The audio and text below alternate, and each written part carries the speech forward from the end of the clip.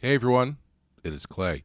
I just wanted to let you know that if you are interested in following any of my work outside of this podcast, that is my comic book and artwork work, you can now do so over at patreon.com/claymac, which will cover all of the things that I do professionally, my musings about comic books and art in general and illustration. So if you're interested, come over and check it out. It's patreon.com/claymac, CLAYMACK. Thank you guys for your continued support and enjoy the show.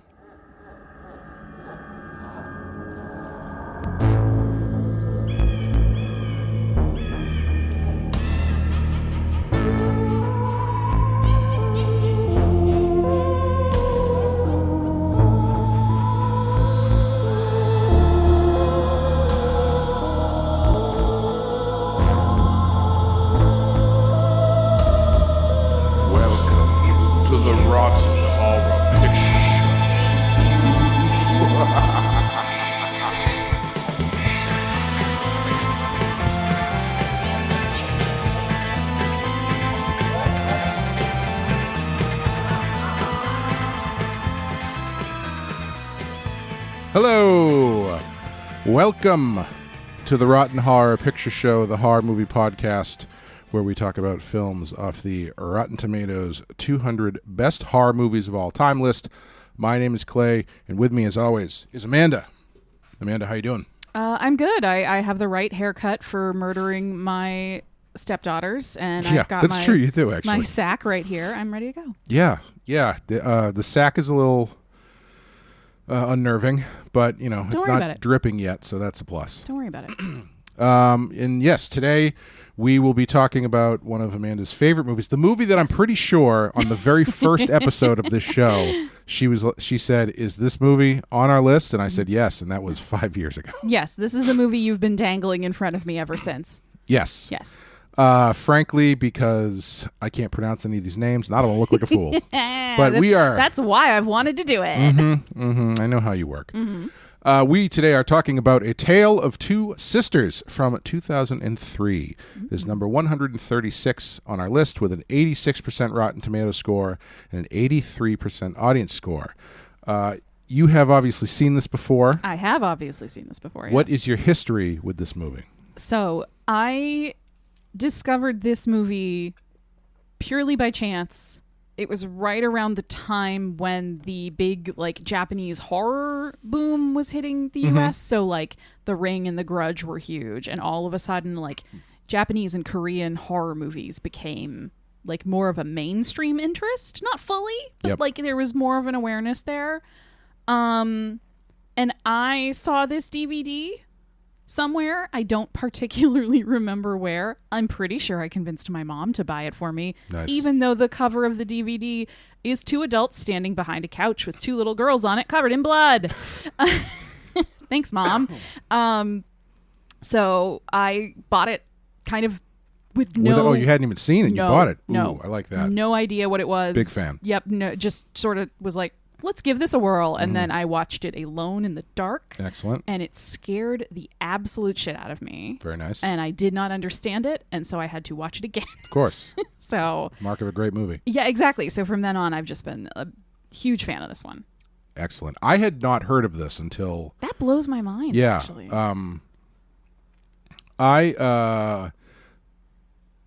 During that Asian horror boom, I was more familiar with the Japanese stuff. Sure. But even then, I had only really seen the American. I don't think I watched the original The Ring or The Grudge until many years later. See, if you had been like me and my friends and you were already anime nerds. Right, yeah. You were primed for this and ready for this kind of cultural crossover to happen and ready to just dive in. Yeah, I came from a generation of, I think it was a generation and not just me, where I thought Japanese animation and stuff was garbage. Interesting. And I was wrong because American animation is garbage.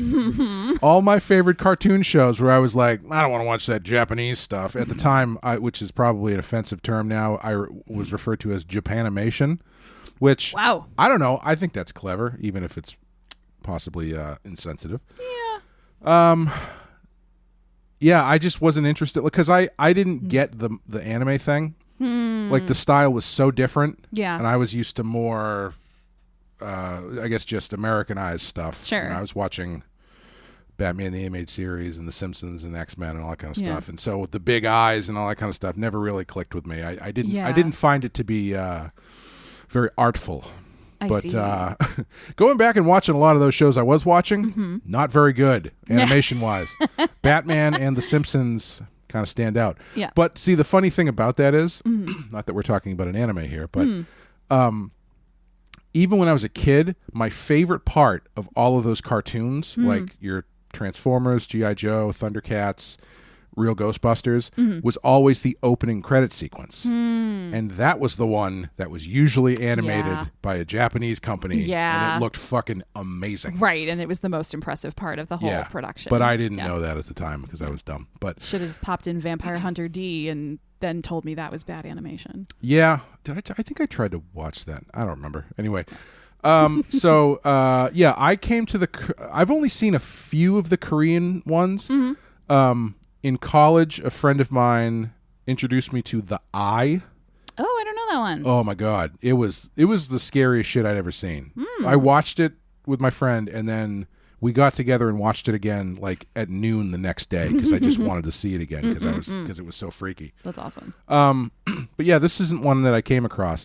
And trying to watch it for this turned out to be much more difficult than I thought it was going to be because I'm almost positive this was on Shudder like a couple months ago. I feel like it was fairly recently. Yeah, maybe over the summer or something. Yeah. But it is now not really available anywhere. Yeah. And thankfully, one of our patrons, Grim Santo, was nice enough to find it, quote unquote, for me. Nice. Because I was typing in A Tale of Two Sisters into Google, and let's just say the results weren't this movie. Right. They were a movie or movies. Meanwhile, I'm sitting over here with my DVD and bonus features. Yeah. Oh. Different bonus features on the ones I found. But anyway, I hadn't seen this. I was very excited to watch it, and we're going to take a quick break, play the trailer, and then talk about it.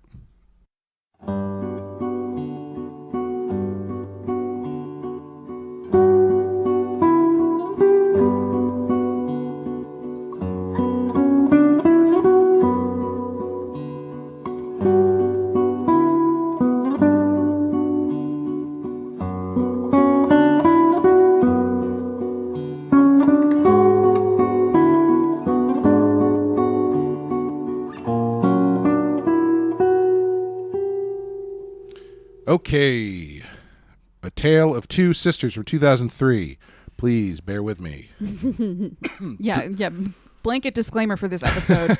We are going to butcher these names. We are sorry. I'm going to actively avoid using character names in a way you have never seen before. And I am actually going to join you this time. Written and directed by Kim Jee-woon, starring Lim Soo-jung, Yum Young-ah, Kim Kap-soo, Moon Jae-young, Park Mi-hyun, Gi Hong-woo, Lee Seung-bai, and Lee Dae-yeon. Apologies to the country of Korea. I hope that wasn't too awful. Amanda, what happens?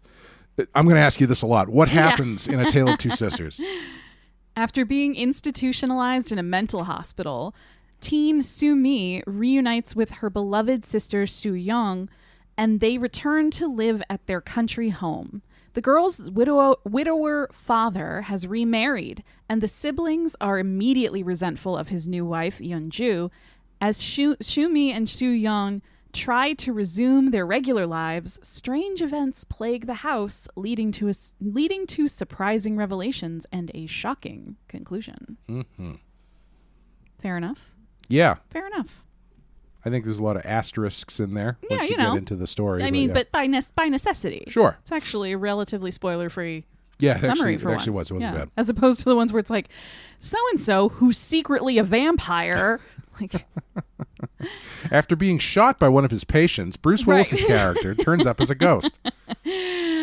Some things you'll find in A Tale of Two Sisters include extremely unhygienic food storage. Yeah, that was a really random bit. what was in that wrapper? Was it like a thumb or something, or a sausage? I think it's like a tongue or an organ. Yeah. Or something. Yeah.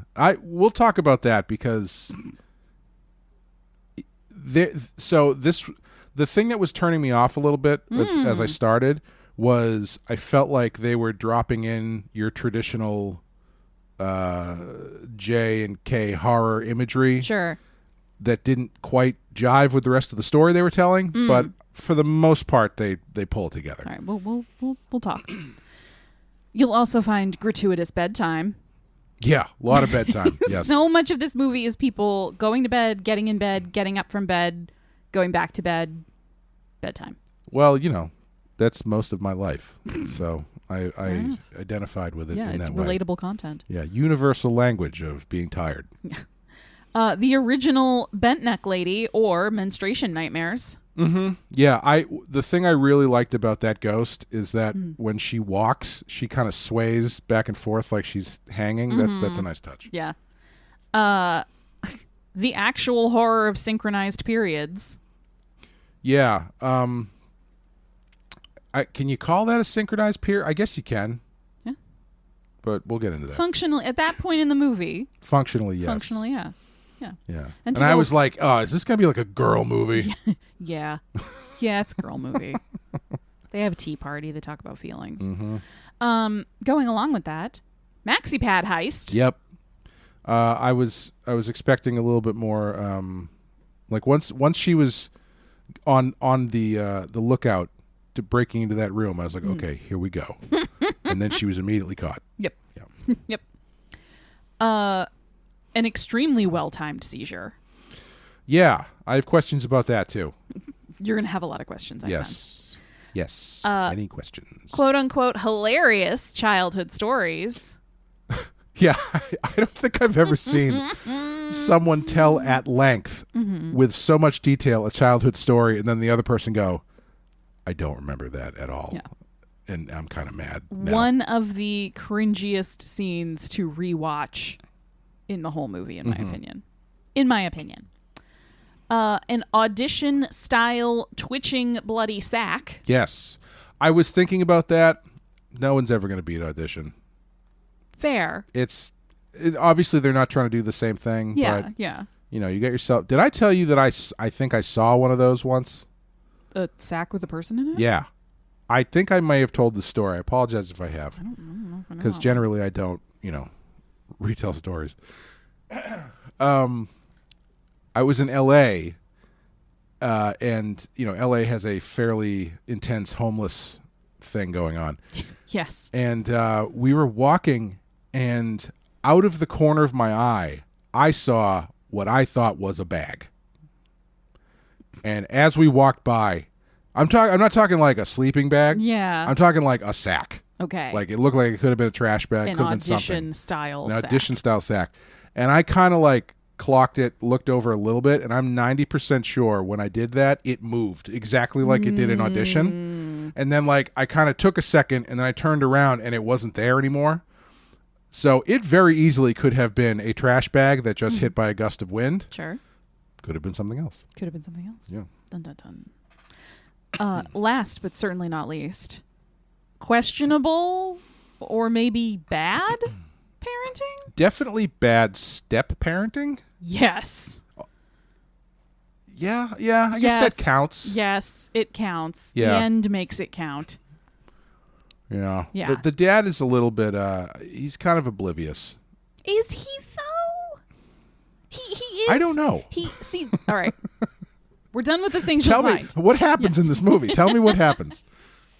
Do you really want me to just try and summarize it off the top, or do we want to step into this somehow? That's a great question. I'm not totally sure where to drop it. I guess I'll go looking at it from a first-timer's point of view. Yes, please. I think it's beautifully shot. I think the filmmaking is really nice.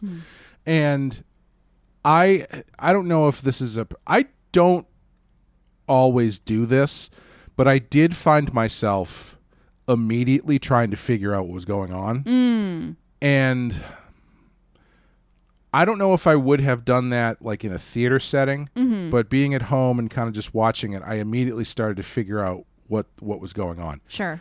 And I picked up almost immediately that one of the sisters was not real. Okay.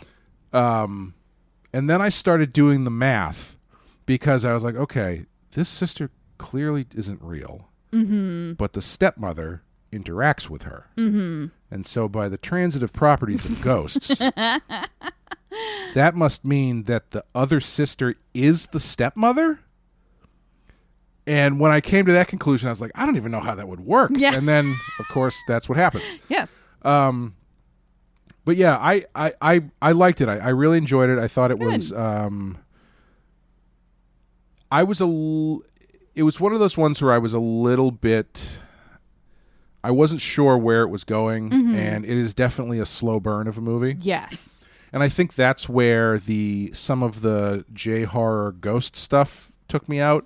Okay. At the beginning, anyway. Yeah. Because like when she goes into the refrigerator, looking for water or whatever, and she finds that thing. Yeah. As soon as she opened the fridge, I was like, okay, is she gonna find like a head in here or something? And she finds this meat thing. She freaks out. I'm like, okay, that feels a little cheap. Yeah. And then the first time the universal symbol of Japanese ghost shows up or Asian ghost shows up, I was like, okay, this is, I mean, it's cool, whatever, but I'm not really sure what's going on. And then after that, everything else, it seemed like there were two movies going on that don't connect until you get to the end. And I'm not saying that's a bad thing. Yeah. But I was trying to figure out, like, the stuff that was more focused on the family felt so disconnected from the ghost stuff that I wasn't really sure how these two things were playing. Yeah. Like especially when the dinner scene happens. Yeah. And the girl who has the seizure says she saw someone under the sink. And I was like, what the fuck is this? Like it just seemed so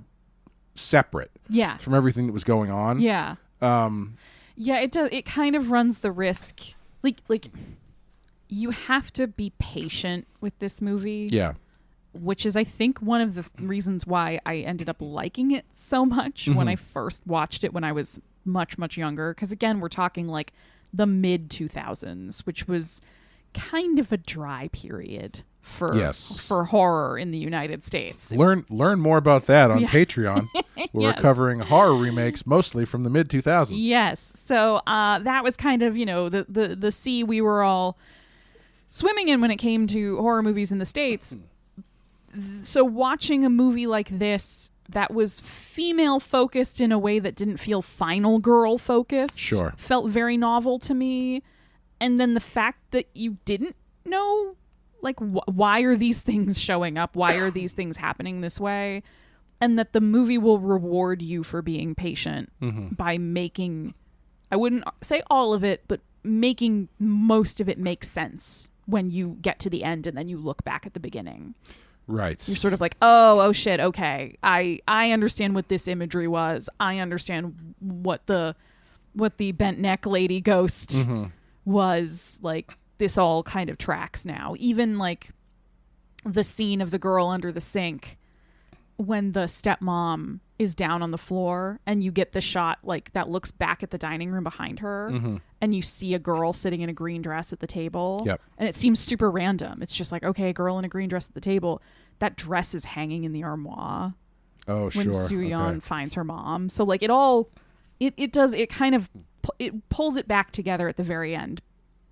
That being said, the first time you go through watching it, it does run the risk of just being like, okay, all right, now we're doing this. All right, okay, now we're over here. What? Yeah. All right, what is this? Oh, moving on from that, forgetting that, and going now to this thing. So it can feel very random. Yeah, and I appreciated as it gets to the end that they don't just spoon feed you what's going on through dialogue.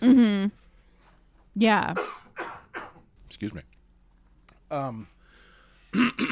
But I did I felt like it was right on the line where I'm like, okay, is this too abstract? Because they're giving you pretty much everything. They're not spelling it out for you, but every time I thought this movie was going to end at like 4 or 5 different points. Yeah.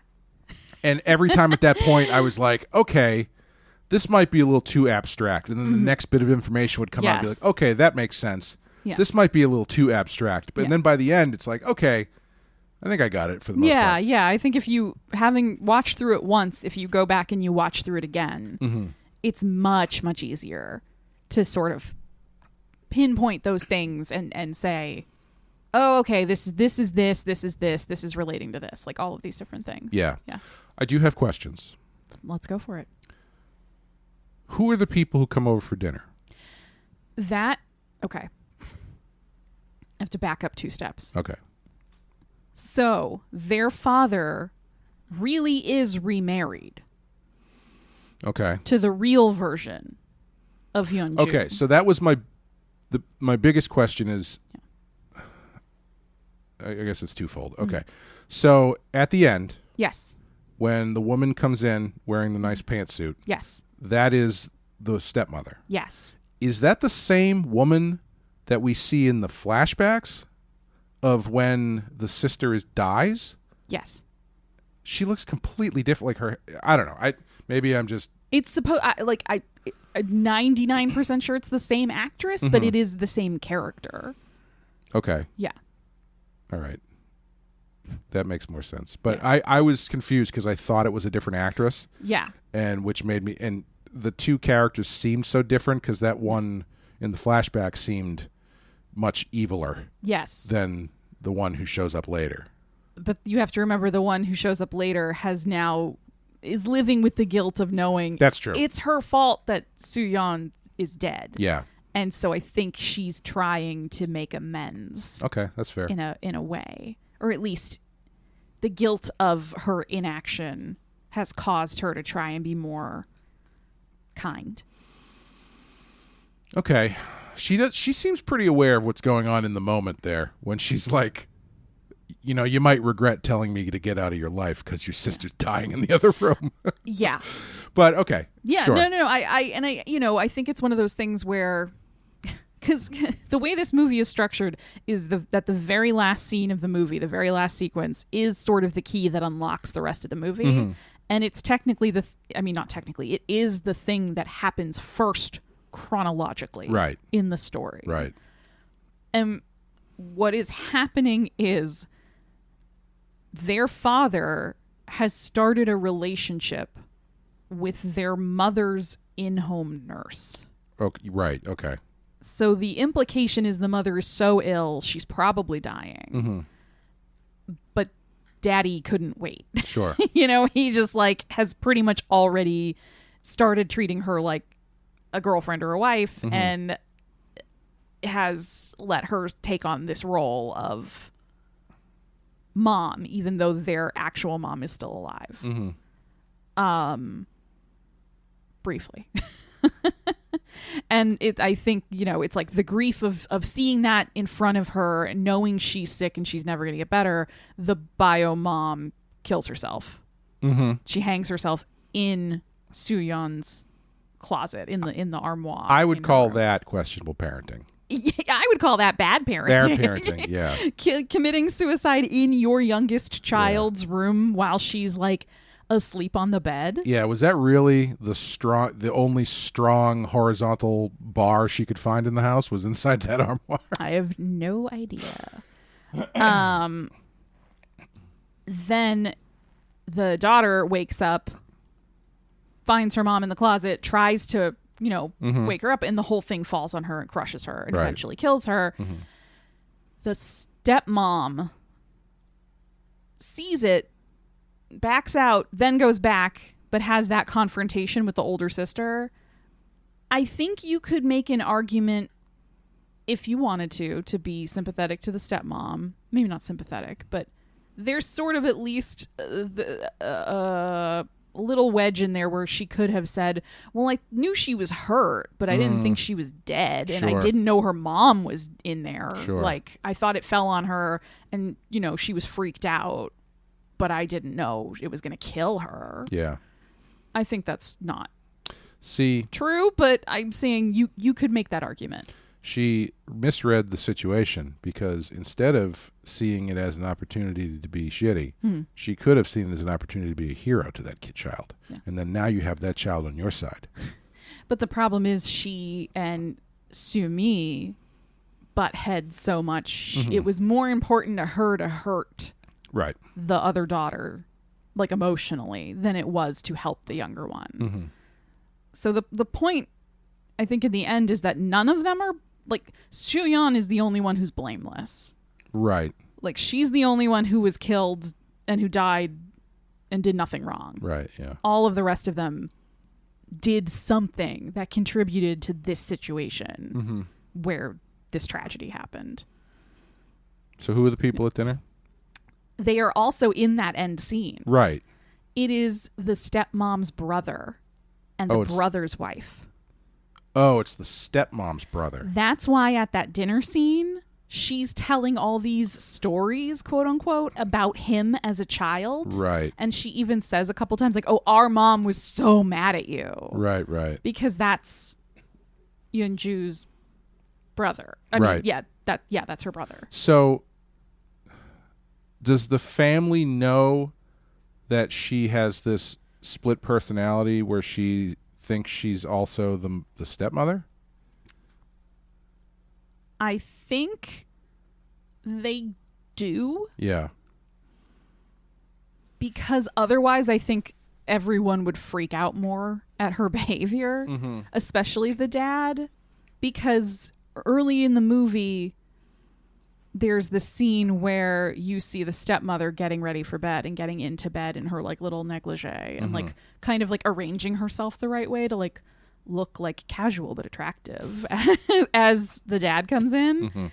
And then she like obviously wants him to like come cuddle with her. And I think that if the dad didn't know what was going on in his, you know, he's just seeing his daughter in his bed. Yeah. Like acting like, come to bed, honey.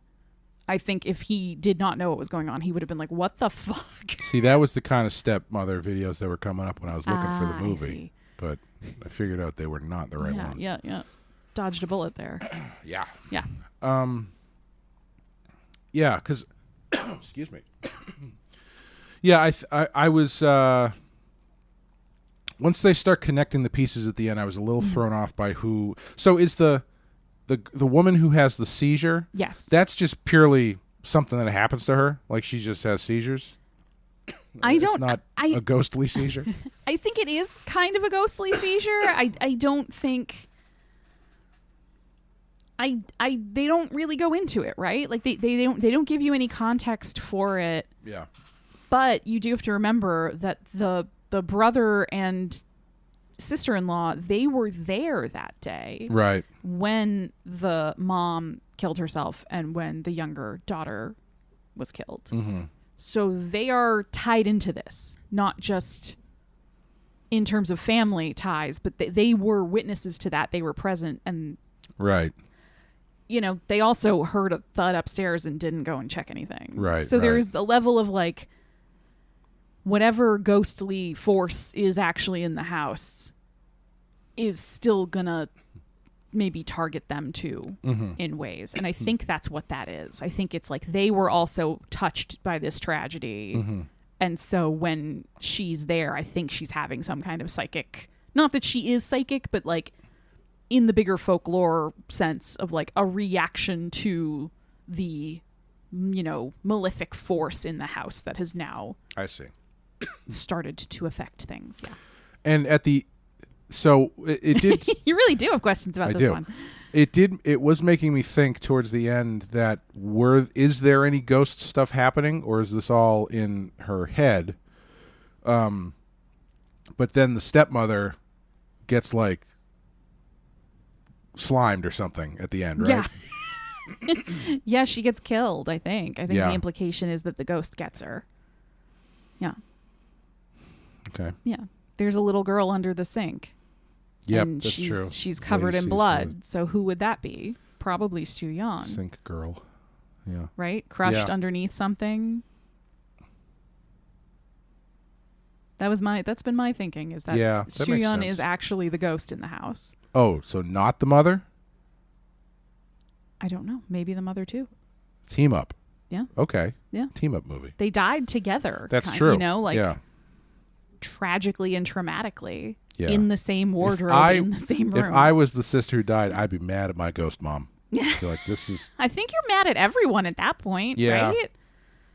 I will say, the one thing that I don't know why they key into this stuff, and it's not just a modern thing. I think this goes back to all sorts of Japanese folklore and Japanese horror and stuff. But I keep saying Japanese. You know what I mean. It's, I know this is not a Japanese movie.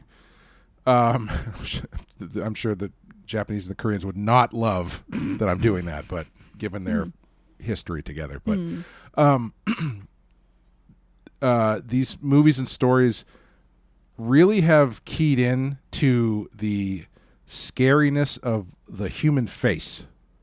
Yeah. Because whatever, even though they tend to do a lot of girl with long stringy hair kind of thing, they know that there seems to be nothing scarier than seeing a person interact with you who's not looking at you and you cannot see their face. Yeah. And then once you finally do see their face, it's the scariest shit you've ever seen in your life. Yes. Yeah. No, and it is that sort of like that, having that presence be obscured and then having the reveal make it worse. Yeah. Right? Right? Like you almost think like, part of you almost thinks like it's so horrible. It had this long dark hair in front of the face. That's so scary. And then the hair parts and you're like, no, this isn't better. Yeah. This is not better. I don't like this more at all. Yeah. I really love the appearance of the ghost of the mom. Yeah. In this, I really wonder kind of if Mike Flanagan in The Haunting of Hill House was maybe Very lightly possible. inspired by her, because Very possible. she is that, I keep joking and calling her the bent neck lady, but it is that posture, right? It is that twisted neck and that sort of like frame, like she's hanging from something. And there's 45 minutes cut out where you find out that the ghost's backstory is that she was unloved by her mother or something. Yeah. But I also like that in this movie, that sort of typical, that type of ghost is, I think, made more freaky in this movie, because when she kind of hovers up onto the bed, Yeah, that was good. Yeah. a hand comes down along her thigh. Yeah, that was from weird. between her legs. Yeah. I mean, because she's the mother. Right. Right? So we're really leaning into this, that there's this like, this kind of Third child in there. No. Trying to get out. the I brought you into this world, I can take you out of it. Sure. She did it accidentally, literally. Yeah. And now it is sort of the emphasis on that bond of like a mother, right? Like this is their real mother. And so there's all that menstruation and birth imagery to go along with it. That makes it extra gross and freaky. Yeah. What do you think the importance of the period stuff is? Like in the real world, biologically. Yeah. Well, Clay, when two people love each other very much. No, I think it is sort of this. I think there are probably a lot of layers to it. It does put you in mind of pregnancy and childbirth, right? Sure. When a woman or person gets their period, it means they are not pregnant. And it is also a token of adulthood and womanhood, and like a transitional thing that happens to you as a girl. Like, you get your period and it's something your mom is supposed to be there to help you through. Right. Yeah. And it is, symbolic, and also literally, like it represents sort of you're in this lineage. Like, you're a woman, like your mother was a woman, and this is a rite of passage, and it connects you to the women that came before you in a way. And I think it's definitely working off of that. Like, So it's like menstrual Black Panther. I mean, I wish. I wish it was that cool in real life. But I do think it's supposed to highlight that sort of shared experience. Yeah. But then it, you've got the real mother who is dead, and then you've got this false mother who is a false mother in two levels, because not only is she the stepmom, but she's not even the stepmom. Right. She's a disassociative personality inside of Sumi. Right, right. So the fact that they're all getting their periods on the same day is obviously a clue that they are the same person, but it is also kind of a perversion of that relationship. Mm-hmm. Like, the stepmom doesn't say when the MaxiPad heist happens and the older sister gets caught and says, "Oh, it's not for me, it's for Soo-yeon." Mm-hmm. The stepmom doesn't say, like, "Oh, is she okay? Does she need anything?" Like, there's none of that, like, "I know how shitty this feels. I will help take care of you." There's none of that maternal connection. She's just like, isn't that funny? And she just stays in bed. It's almost like we're the same person. Yeah. I don't know why I thought of this. I very clearly remember the day that I learned what maxi pads were for. I was a young lad and watching a lot of TV. Mm-hmm. And you've seen the commercials. Yeah. There's like blue liquid. Yeah, they dump the blue liquid, and I remember I saw those all the time. No idea what they were supposed to be for, and I very clearly remember my mom coming in and I saying something to the effect of, "What are these, like diapers or something?" And then she very kindly explained to me, and I was like, "Oh." How old do you think you were, ish? Jeez, like elementary school, middle school? Probably. Okay. Yeah, 10 or 11 maybe. Okay, yeah. I just thought they were hilarious commercials because, like, what are these, lady diapers? Yeah. Everybody Just seems for pretty girls, psyched to be wearing them in these commercials. Going back to the face really thing, funny. though, I'm very fascinated by that because it is it's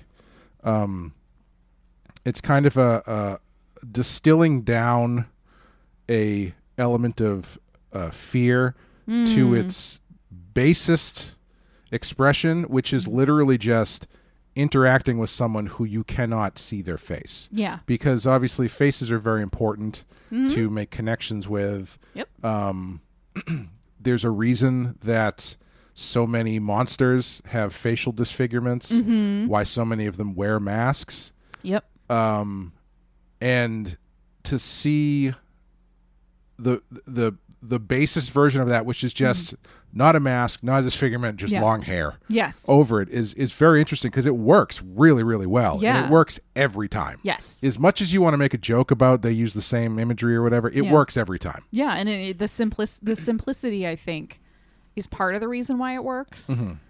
And it's the thing that's so interesting to me about it too is it's not I guess I kind of just said this, but it's not a face that has anything wrong with it. It's usually almost a perfect face. Right. The skin is very perfectly porcelain even-toned. skin. Like there's no blemishes. There's no really super standout features. Yeah. There's no like this person has a birthmark or whatever. It's just like stark white face, big dark eyes, black hair. Yeah. And there's something very inherently creepy. And I think one of the reasons this stuff works in movies so well is because there's something inherently creepy about someone who you are watching suddenly watching you. Yes. Wes Craven tells a story of one of the influences on him for Freddy Krueger was one night he was up late or something as a kid and he saw this guy standing out on the street in front of his house and he was he was wearing like the fedora hat and like a big trench coat and he was kind of a creepy looking guy and Wes Craven turned away for a second and when he turned back the guy was looking directly at him through his window, which is that's like a nightmare of mine. I hate that. That shit is terrifying. And it's just because when you're watching a movie you are essentially watching someone's actions through a window. Yep. And for something to then break that fourth wall, even if it's in the context of the story where it's happening to another character, right, even if you're in the POV of another character, very often, the way that is expressed visually is by whatever that thing is turning and looking at viewer, straight into camera, Yeah, and I think the simplicity of the face and the makeup they do in like Korean and Japanese horror movies, where it is that like very white sort of porcelain face and very stripped of features in a lot of ways, it does almost take your eyes see it and you know this is a human face, but because it's made it so flat and kind of uniform, it's turned it into a mask, right? In a way, like a lot of these ghosts, when you see their features, they have more in common with the Michael Myers mask. Yeah, and I than think that's the why average human face. That's why the mask works. Yes, and I think that's one of the reasons why I feel so strongly on whether or not you should see his eyes, because in these movies. They're not wearing masks, they're just actresses, but their eyes are generally, they've got like contacts in to make them seem very black. And again, that's another thing, human to human contact, looking somebody in the eye. It's kind of weird if their eyes are weird. Yeah. You know? Right, well, because our brains are processing so much extra information from another person's facial expressions. Right. That to remove all of that and flatten it and make them sort of doll-like. Yeah. But have them still be moving around. It's that uncanny valley thing. Yeah, and so with Michael Myers, not being able to see his eyes completes that sort of blank slate thing where you have no idea what you're dealing with. Right. Whereas if you can see his eyes, it's like, oh, it's just a guy. Right, it's a guy in a mask. Yeah. I do think it works kind of inversely with Jason, because I kind of I'm pretty sure I said this when we did those movies that I didn't like to see his eyes, but I actually kind of do. Because in throwing away 5 years of podcasting in a single sentence. Well, if you want to call me on this, go back and listen to it on patreon.com/PenskyFile. But there's something about Jason where being able to see usually just one eye, you know, his weird fucked up eye, is this weird, it's this like, that's all you need to keep him linked to the little boy.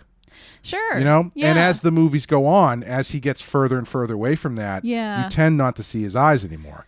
Like the last couple movies, it's just black circles, you know? Yeah. And he becomes like a zombie. Yeah, and I guess with Jason it's different also because the first few times you see him, he's not in the hockey mask, right? It is an evolution to that point. Whereas you never see Michael Myers as an adult without the mask on. Not really. You know, they kind of do little like trick shots of like him fuzzy over there or like a side, like, you know, little bit of his face on the side. But you never just like see full on like, here's the dude.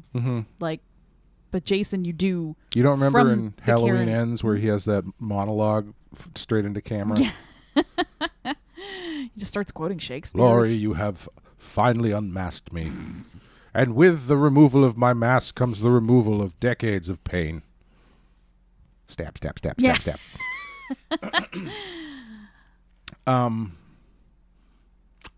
Yeah, what else do you want to talk about? I don't know. This is your favorite movie. I could talk about any part of it. I will say, let me talk a little bit about the setting. Yes, please. Right? Yeah. Because this movie is, I think, technically an adaptation of a folktale. Yes. Like a folktale or fairy tale. I think I read that on the trivia. That's sort of like the more brutal version of Cinderella. I was thinking Cinderella too. Yep. Where you've got this castle and, well, Cinderella's not in a castle. She's treated like the maid in the manor house. But you've got this like big remote house in the middle of nowhere, totally removed from society, and I find it really interesting that this movie does such a great job of staying in that world. I really like that. Yeah, and it never makes you think, wait, why aren't these girls going to school? Yeah. Or like, how come none of the neighbors are hearing them? You know why? Because they had control over their narrative cone of vision. Yes. Yeah. Perfect example of what I'm talking about. They stuck to it. The furthest they go is the like garden shed down down a path into the woods. Right, That's the furthest they ever get away from the house. And I think that limit and that claustrophobia of the house works really, really well. The fact that the house it's gorgeous. Yeah, it is. inside. It's like dense and opulent. There's so many like fabrics with really detailed patterns, and everything is kind of layered in a way, but it's not. It's obviously, even for 2003, it's an old house. Yeah. Right? It's a tradition. It's a more traditional house. You can tell sort of from the kitchen setup, like this is not a fancy new kitchen. Right, yeah. Like everything is sort of on that cusp of like it's been just updated enough that a family can still live here, but it's very much still rooted in this past. I was actually surprised at how Western it felt. Like I you know, I I don't know what I was expecting, but you know, I wasn't expecting it to be full of like rice paper walls and gongs or something. Again, I know it's not Japan. You are just digging yourself a hole on this I'm one. doing my best. I love the people of the world. There's only two things in the world I can't stand. Oh God, here we go. Being ignorant of other people's cultures and the Dutch. All right, Mr. Powers. But yeah, it's a beautiful house. It's because it felt that way because I feel like you generally don't see that sort of multi-level, you know, kind of, for lack of a better term, like Victorian style manor house. Yeah. In movies that take place in Korea. Yeah, and it's so dark. Like that also, I'm fully aware that could be a normal looking house that appears on any street.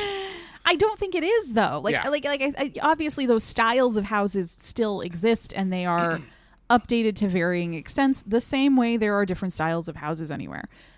But that size of house out on that land and like kept in that way where it is, I think, straddling this point in history of like, there's like Western style furniture and stuff in there, but there's also these much more traditional elements and pieces still in the house. Right.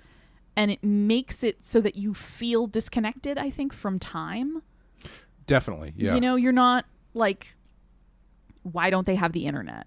You know, you're not even like thinking about that. You kind of look at this house, you're like, of course this house doesn't have the internet. Right, like, of course the TV is still, you know, again, it was like 2003, so it's not like there were tons of flat screen TVs around, but the TV in the house is this little box, and the only time it's on, it just shows static. Yeah. Are there any phones in the movie? There's one phone, and it's in the father's office. But there's no like cell phones or anything, right? I don't think so. Yeah, I'm pretty sure there's not. I don't think there are. Yeah. Yeah, so it just sort of removes the question of technology altogether. Yeah, which I really appreciate. I love it when movies do that. We talked about It Follows doing that, where you really have no idea when or where this is supposed to take place because the technology is all over the place. Yeah. I think they do a great job of creating this very fairy tale kind of. Yes. It's fairy tale setting without being explicit about it. Yes. Like, as much as I love him, if Guillermo del Toro made this movie, it would be like giant neon arrow pointing fairy tale at the house. You know? Yeah. There'd be like books of fairy tales and decor about fairy tales and at some point a glass slipper would make an appearance in the background. Yeah. And there are slippers in this. There is. But they're the mom's shoes. Right. And it's I don't know. I think this movie handles, as much as like you were saying at the top that you went into this movie immediately trying to figure out what was going on. And so by the transitive property of ghosts, you kind of hit the nail on the head pretty quickly. I still think, despite that, this movie does a good job of like handling the relationships between the characters in a way that feels either like I think the relationship between the sisters feels genuine. Yeah. Like it's really sweet at times, and like seeing how different it is when the two of them are alone and how warm they are to each other and how loving they are to each other really throws into stark relief the break in the relationship between her and the dad, or the lack of a real relationship between her and the stepmom. Yeah. And those moments of like having the sisters go through some of their mom's old stuff. And that's sort of like, oh, wow, look at this. Like, oh, this is so pretty. Wait, can I have this? Like, for anyone who was young when they lost a parent and they find something like that in their house, that it really, in my opinion, like hit that feeling in that moment of like, it feels like you have literally found a treasure box. Yeah. And yeah, so I think as much as some of the other stuff in this movie can be a little bit like, you know, why is the stepmom just so evil? Like any version of her. Right. Like right. you then do have the flip side of like these much more like sweet, sincere relationships. I one day hope to leave a box of photos with faces scratched out for... The girls do that. I know, but I'm just saying in general. I just want to leave something mysterious. Yeah. So when they get rid of all my junk after they finish throwing my action figures in the trash, they find a box of photos that's just like one person is just... Although, who am I kidding? We don't have boxes of photos anymore. Right. They'll open a hard drive folder on my computer. And you will have had to laboriously go through and Photoshop someone's face into something weird every time. Yeah. I did decide the other day that, you know how when at funerals they do the thing sometimes where everybody like puts a flower into the grave as they walk away? Yep. I'm going to do that with my action figures. So everybody walks by and drops like a Batman or a... That's actually pretty amazing, but I think that's going to be really bad for like the environment. Listen, it's all going in the trash eventually anyway. Let me take it across the river Styx, you know? They're going to throw it into a box that's placed on top of your coffin and then take it back out before they bury you. Yeah, well, you know how like the Egyptians and stuff, it's like, well, you got to bury them with their expensive shit because they got to pay to get into heaven or whatever. It's like, yeah, you can use gold coins, but could you also use a mint condition 1 of 100 Red Hood figure? Probably. Gonna have a really nerdy angel at the gates for you. I'm sorry, Gabriel. Did you not see the G1 Optimus Prime mint in box that I have with me? Oh my god. The hell are we talking about before I went on that? So how do you interpret the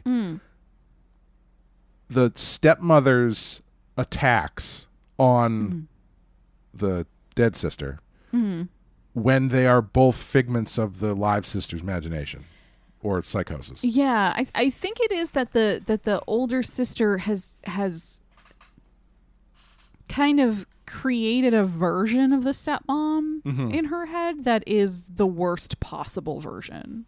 Yeah, once she shows up at the end, she seems pretty chill. Right, and like you again, going back to the very end scene where it's kind of like you did neglect to help this child in need and she died because you decided you'd rather be a bitter jerk than like do something about it for these quote unquote ungrateful kids. But like you could argue that that's like one mistake, one very horrible mistake. Yeah. I think if there was one thing I might do differently is that I feel like I might have played the stepmother at the end in the flashback sequence as less of a monster. Yeah. Because there's something interesting about the surviving sister creating, as you're saying, this alternate version of the stepmother as like this evil stepmother who's constantly harassing her sister, putting all of this blame onto her. Right. Whereas in real life, she was a nurse who fell in love. You know, it wasn't, she didn't do anything horrible. Right. And yeah, I wonder if it kind of like would have been, if you'd added that ambiguity in at the very end by maybe having her hear the thump, come up the stairs, and then immediately have that confrontation with Sumi rather than going into the room, coming out, going back. Especially because then it would have just been like, I don't know, I heard something fall, and then they had this tense moment in the hallway, and then she goes, you know what, fucking forget it, I'm going downstairs. Yeah, especially because the way that Sumi is played in that flashback, she's kind of an asshole. She's kind of more like the stepmom in the rest of the movie. Yeah, that's what I'm saying. It feels like, by the transitive properties of ghosts and psychosis, that would be more of a projection than an actual interpretation. And I think like her version, her mental version of the stepmom is created from that part of herself, right? Like you can see in that flashback that Sumi has that behavior within her. Right. And she's clearly channeled all of that, sort of that bitterness and that meanness into this mental construct. Yeah. Especially because when she shows up, when they do the reveal that's what's the older daughter is this stepmother manifestation, and they have the actual woman show up. Yeah. She seems like she is legitimately concerned. Yeah.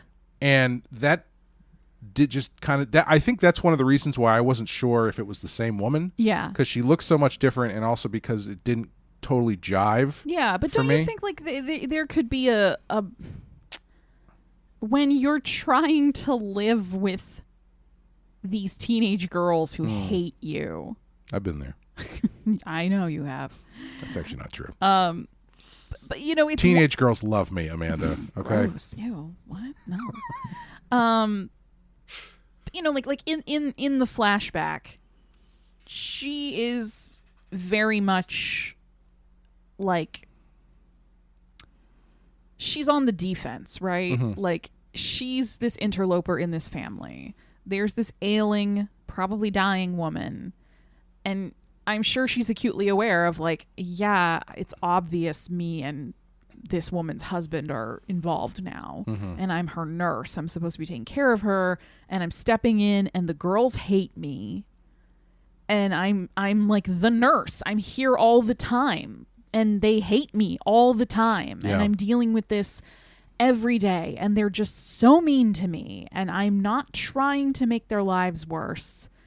I didn't mean for this to happen. Why can't they understand even a little bit? Why can't they give me a break even for a minute? If you're living in that day to day, it's really easy to start being mean back. Yeah, totally. And I think that's what's happening versus when you first see the real Yoon-jun in like more later chronologically, like after all of this has happened. There's time that has passed, right? Yeah. Like she feels responsible for this tragedy. And then Sumi has gotten hospitalized because of it. And the other girl's dead. And now, you know, there's some level of regret, I'm sure, and atonement, and also just perspective. Yeah. Of like, now that you're out of that situation, I'm sure she must look back and say like, oh my God, how could I have let myself behave that way? Sure. Yeah. And so then you come in, you're trying to be the mature adult and trying to reset the relationship. Like, she's sick. She's just a kid. She's suffered so much. It's partially my fault. I got to try harder. And I think that's what you're seeing. Yeah. And I think the ghost does not forgive her. Yeah. They rarely do. Yeah. Yeah. Speaking of being hospitalized. Do you need me to call someone? Yeah. I can't feel my left arm. Smelling toast. Yes. Yeah. Do you do that? Because anytime I smell toast, both of us in this house, we're like, is somebody making toast? Like, yes. I'm like, okay, thank God. I don't think there's enough toast made in my in. That's why you got to know. Yeah. If it's not normal, if you smell toast, I'm just saying. I don't think we smell it very often. Okay, well, I guess that's good. If you do, ask. Make sure someone else does too. Yes, exactly. Stopping random strangers on the street. Do you smell toast? There was one moment that I thought they were going a certain way, and I was like, "Oh man, that's such a clever way to ease into this." Which is when she's getting into a fight with the stepmother, and there's one shot where she gets pushed against the glass, and the glass cracks, and you can see the red cross. Yeah, and I was like, "Oh shit." They're in a hospital, but it actually it was a shot from inside the cabinet. Yeah, because later they should. But I thought in that scene, like the quick shot of the Red Cross things breaking, the fact that there seemed to be lots of first aid stuff like everywhere in that room. Yeah, and also it seemed like as they were fighting, the clothes that they were wearing really seemed to resemble like white. Like the stuff they would give you in a hospital, at least in a movie hospital. Yeah. And so I thought, oh, that's really interesting if they're kind of like blurring this line, but that wasn't what they were doing. But they kind of. But the dad is he's a doctor. Right. Yes. So he has clearly like a home office. Like it's clear he would be the kind of regional or local country doctor. He was doing home visits. right. for people. And I like that detail because it explains why he thinks his daughter can come home. Sure. Because otherwise it's like, no, like this girl is deeply ill. She Right. obviously needs medical care. And he clearly thinks, yeah, I'm a doctor. I can do this. And my wife is a nurse. We can do this together. We can make her better. Yeah, it is kind of like bring someone home who's like a paraplegic and being like, it's okay. I can handle this. I'm a doctor. Yeah. I'm a dentist, Right. but I'm a doctor. Right. Yeah, I'm still not going to like, make sure you don't get left home alone. Yeah, but your teeth will look great. Yep. One of the things that I did like too, I think it's when you're doing a movie like this where one of your characters, or in this case multiple of your characters, are not real and they are manifestations. It's very difficult to pull that off without telegraphing it. Yeah. The worst one I ever saw was this movie called sorry, I was coughing a lot tonight. I think it was called Burnt Offerings. Is that true? That is a movie. That is a movie. I don't remember if it's the right movie. But anyway, there are these twin kids, and as the movie's going, I'm watching this, and I'm realizing they never show both kids in one shot.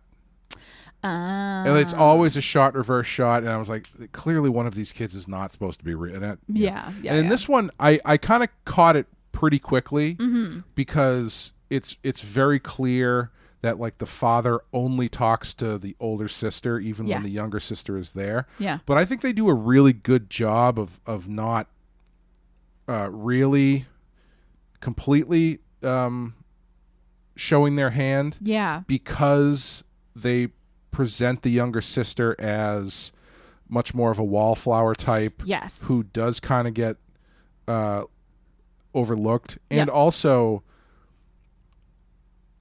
they take advantage of the fact that people in real life don't talk the way people in movies talk, i.e. they don't talk in exposition. Yeah. So when you get, like, one of my least favorite things, and I understand why people do this, but in a movie, but it's so annoying to me when they'll say something like, you've been really different since what happened. Right. And it's Yeah. get the fuck out of here. Nobody talks like that. Yeah, Like you just, yeah.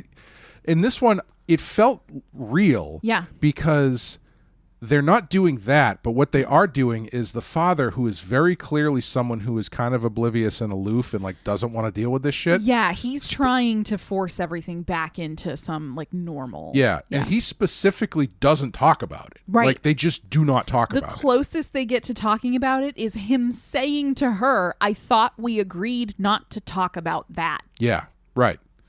And that's as far as they get. And even until like the very end when she's like freaking out at him saying like, that woman is so cruel to Soo-yeon, like she torments her, she's always after her, you ignore it and you have to stop it, and he finally has to be like, your sister's dead. Right. But even there, like before you get to that point, his response is very much, that's crazy. You know she's not doing that. Right. It's not. Right, and he'll say Yeah. like, when are you going to stop doing this? Like, please, you can't keep being like this. Like, it's very like, or she'll do or say something and he'll just give her medicine. Right. And say, take this, you'll feel better. Yeah. Or like, you need to get some rest. Like, it's very, it's much more realistic dialogue than the sort of like, well, ever since the tragedy. I hate that stuff so much. Welcome home after being hospitalized because of your mother's death and the trauma it caused you. We hope you'll be comfortable here. Also, the other one that I hate is when you have two characters and like one character's freaking out or something or acting weird and the other one goes, man, come on. It's been 3 years since your mother died. Yeah. It's like, has anybody ever talked to you that way? They're like, you got to stop acting like this, Amanda. It's been however many years since your father passed. It's like, nobody talks like that. Probably punch that person in the face. Yeah. It's little stuff like that you don't, that doesn't, it rings false, Right. but people don't always catch. Like you get so acclimated to hearing that kind of talk in a movie that Yeah. we tend to let it slide a little bit, but it then makes movies like this where people don't talk like that and they do talk in more of a natural way. Yeah. It makes it it's noticeable in this movie when you're like, oh, they're not doing that thing. Yeah. Trying to write two characters talk around something like that always ends up feeling hackier. Yeah. Because it's a you were there when it happened. It's like, I didn't get there till much later. It's like, okay, what are you guys talking about? Right. You know what happened that night? Yeah. It's like, hey, that night. Yeah. I remember seeing an interview with Albert Brooks, and he was saying his biggest pet peeve in screenwriting is using characters' names because people don't do that in real life. Right. Yeah, they don't. Not every sentence that when you talk to someone, you're not saying, come on, Amanda. Like, you just don't do that generally. Right. Yeah. At least not the amount they do it in movies anyway. Absolutely not the amount they do it in movies. Yeah. And I think this movie does a good job of that, where like the dad will call for Sumi when she's like far, like if she's outside and he's inside, or like she's upstairs and he's downstairs. But like, that's something a parent would do with their kid. Yeah. Like, how many, I can hear both of my parents' voices yelling that I have to come downstairs for dinner. Right. Because that's just what you would do. You yell for your kids. Is it like in that Twin Peaks kind of way where it's like, and then you scream because you don't know what year it and is? The ceiling fan keeps going. So you get some of that in this, but like, I don't care if this movie was, if it's from Korea, if it's from the United States, if it was from Russia, wherever. Do you think you could name the father? No. Well, not the best person to ask, first of all. but I mean, I can't. Yeah. I know, I think his name is mentioned once. Yeah. In the movie. And that feels right. Yeah. That feels correct. Like, when he's talking to Sumi, regardless of which person she thinks she is, he never breaks that illusion or comes close to breaking that illusion because he just talks to her. Right. He's never like, Sumi, what are you doing in my bedroom? Right. Yes. Yeah. He's just like, And as from a writing standpoint, I do understand why people use the name because because you do it as you write, and it's just a rhythm thing. Yeah. It makes it really easy to start a scene, or to start a conversation, or start the rhythm of talking by starting with the name, but it just does ring so false. The thing that I always love is how I remember how mind blowing it was for so many people, myself included, when people realized that Edward Norton's character in Fight Club doesn't have a name, and that's the perfect example. Of. Yeah, you watched that whole movie. Yeah. They never said that guy's name once and you didn't care. Right. Right, it did not matter. Yeah. Yeah.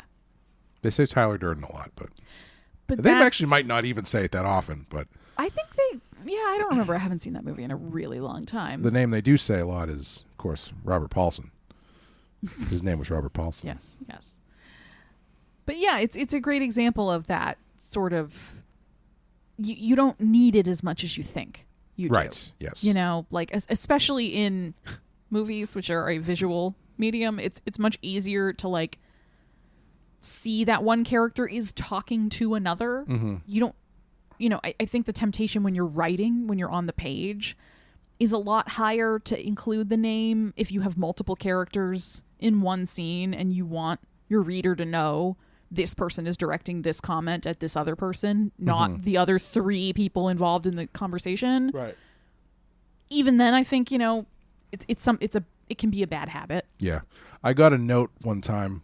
It's actually the first comic that I wrote that was actually published by a company. It was a short story, and I didn't give the characters' names. It was in the scenes I was writing, it was a guy and a girl, so I named them guy and girl.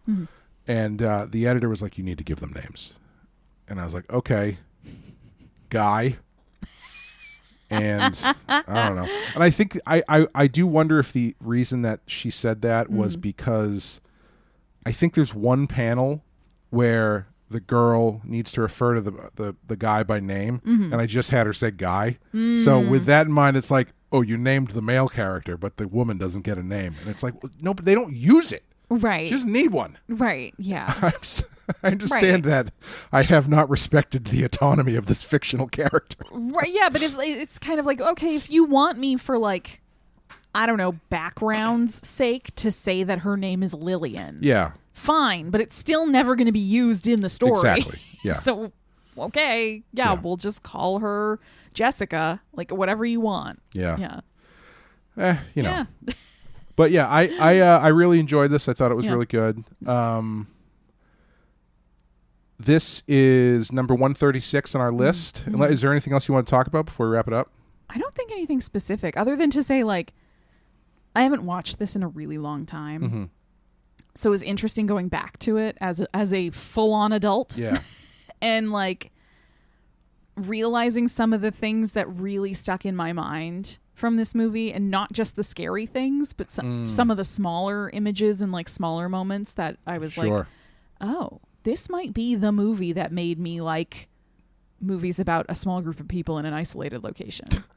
Where nobody talks to each other. This might be patient zero of like the Amanda style of horror movie of just like, let's put these 3 people in the woods. They're all in a house and they're never in the same room and none of them talk to each other.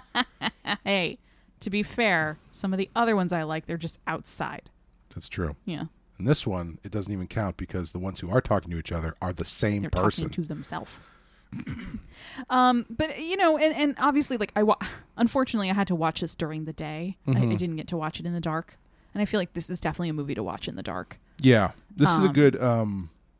This is one where you kind of got to be in the mood for it. Yeah, you have to pay attention to it. Mm-hmm. You have to sort of allow it to do its thing. Like if you're trying too hard to analyze every second or figure everything out before it gets there, it doesn't work as well. Yeah. You sort of just have to say, I'm going to go along for the ride on this one. Which is why when I started to watch it, when I started to fall asleep, I shut it off and watched it again later. Good job. And didn't power my way through it. I'm proud of you. Nothing against the movie. I had just eaten lunch and I was very tired. Post-lunch nap. I might have diabetes. Oh, no. Oh, no. I hope not. I don't think so. But I still found a lot of the scares in this very effective. Mm-hmm. They don't obviously viscerally terrify me the way they did when I was like, I don't know, like 11 or 12 and watching this movie alone in my bedroom. But like the scene where she's at the sink and this movie really forces you to wait. Oh, yeah. Like it's going to take its time. It's going to be really, really fucking quiet. All you're going to hear is the character breathing and like the creak of the door as it opens. Yeah, that was good. Yeah. I love that shit. I think it works really well. I understand that there are a lot of people who probably think this movie is either boring or too convoluted or both, but I will continue to defend it. I think that's totally fair. I one of the things that I didn't realize, and I'm a little bit mad at you, because we are on Patreon this year covering remakes and reboots, and this movie does have an American remake. See, I didn't know that until you mentioned it. I thought it was your favorite movie. Oh, I want to do this movie. I know everything about it. I love this movie. Wow. That's what I heard. I mean, now I can really tell that you can't hear the frequency at that women speak at. Anyway, yeah, it was remade in 2009 called The Uninvited, which surprisingly has like a 6.3 on IMDb, which probably means it's not bad. Yeah. I will have to say though, when I was scrolling through it and I had clicked on the trivia thing, one of the first things that I saw was something saying like, when whoever's character goes down to the graveyard, and I was like, already not interested. This is, I'm like, okay, great. I know exactly what they did. They expanded things out. They're going to bury it in the thing. And they made it too heavy-handed. Yeah, right? Probably. Like she's going to be buried on the property. Yeah. It's like, okay, all right. And there's another movie which is on our list. I think it's still on the list. It was previously. It's called Good Night, Mommy. Oh, yeah. It is still on there. It's number 188, which is apparently very heavily inspired by this. Interesting. So be curious to see that one as well. Yeah. But yes, this is number 136 on our list. How do you feel about that placement? Do you think it's too high, too low, taken off the list? I think it's pretty good. I think it's a pretty good placement. Because I do think this was one of the kind of... obviously it never got as mainstream as The Ring or The Grudge, but I do think it was kind of a big deal in terms of like a crossover of a Korean movie. It was, I believe, I think it said it was the highest grossing Korean film. Yeah. When the film was originally released, it became both the highest grossing Korean horror film of all time and the first one to be screened in American theaters. Yeah. I feel like that's a pretty big impact. Not where I was living. Yeah.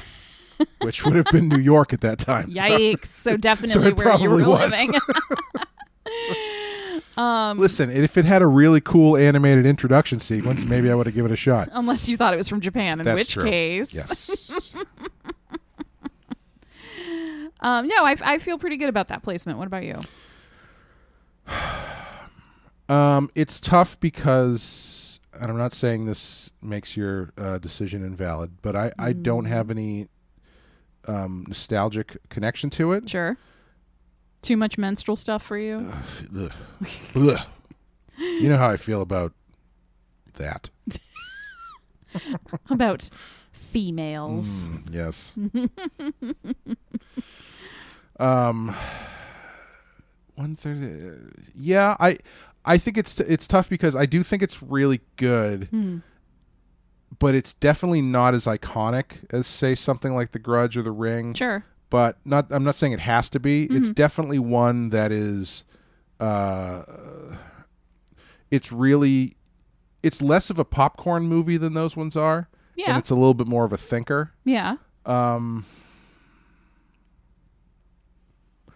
Yeah, I think I might drop it down a bit to like maybe like 150 or something. Okay. But I think it deserves to be on the list more than some things we've covered. Yes. Yeah, I would probably put this on before I would put on, I don't know. I feel like there's been several where I'm just a little bit like, what? Why are we doing this? Yeah, it's tough with these ones that are, well, I mean, you've seen it obviously, but there's some on this list that neither of us have seen. And when you put it on the list of the 200 greatest horror films of all time, you are already setting that bar way too high. Right. Like a Quiet Place Part 2. Sure. You know? Yeah. Fine movie, really fun, and I really enjoyed that movie. Do I think it's one of the 200 best horror movies of all time? Yeah. No. Do I think it's a good horror movie? Yeah, sure. And if it's one you're not familiar with, too, it's like, okay, yeah, The Thing, absolutely. Right. Dracula, absolutely. Right. And then you find one of these movies you've never seen before. It's like, okay, is this as good as those other ones? Right, you know? right. Or like when we do our test with The Shining. Right. And we see like The Shining is at number 118 or whatever it's at now. I don't know. And then you compare that to some of the things that are further up list towards one. And it's like, wait, what? Huh. Yeah. Yeah. But yeah, I would say I think it could hang. I think it could hang on the list. I think I would drop it down a little bit, but I think it's very good. So I don't have to quit the show. No. Were you hoping I would? I don't know. Just mix it up a little bit. Jeez. I can take a sabbatical. You can. Please don't. Don't make me call your bluff. You will already not like you it. already did it once, and I had to fill in with. No, it was very nice to fill in with the people to fill in with. But yeah.